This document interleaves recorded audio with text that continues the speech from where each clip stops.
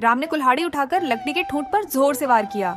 अगले ही पल कुल्हाड़ी से तेज सुनहरी रोशनी निकलने लगी और राम की हैरानी के सामने कुल्हाड़ी और लकड़ी दोनों गायब हो गए। उसके पीछे टूटी फूटी झोपड़ी चमकते तारों की रोशनी में एक भव्य हवेली में बदल गई। राम बचपन में ही अपने पिता को खो चुका था और बीमार माँ के साथ अकेले रहता था। घर का सारा खर्चा वह लकड़ियाँ काट कर चलाता था। माँ की तबीयत हर दिन बिगड़ रही थी तो राम जमींदार के घर पैसे उधार मांगने गया, पर वह बात भी पूरी न कर पाया कि जमींदार की पत्नी ने उसे घर से धक्का मारकर भगा दिया। लाचार राम जब जाने लगा तो जमींदार की पत्नी पीछे आई और कुछ सिक्कों में उनका घर खरीदने की बात कही। राम ने साफ मना कर दिया क्योंकि घर गया तो वह और उसकी माँ सड़क पर आ जाएंगे। गुस्से में उसने अपने सिक्के छीने और राम को लात मारकर बाहर फेंक दिया। राम फिर पहाड़ पर लकड़ियाँ काटने गया। पूरा दिन मेहनत की, फिर भी बहुत कम लकड़ी मिली और उससे सिर्फ कुछ ही सिक्के मिले। माँ के लिए दवाई आएगी ये सोचकर वह जल्दी जल्दी लौटने लगा।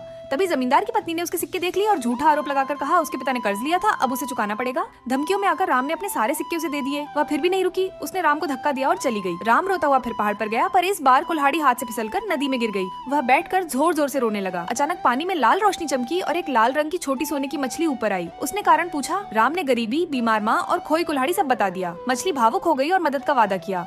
वह पानी के नीचे गई, अपनी माँ को सब बताया। सुनहरी मछली की माँ ने दया दिखाई और एक सोने की कुल्हाड़ी दी। मछली कुल्हाड़ी लेकर आई, पर राम ने कहा मेरी कुल्हाड़ी तो लोहे की थी।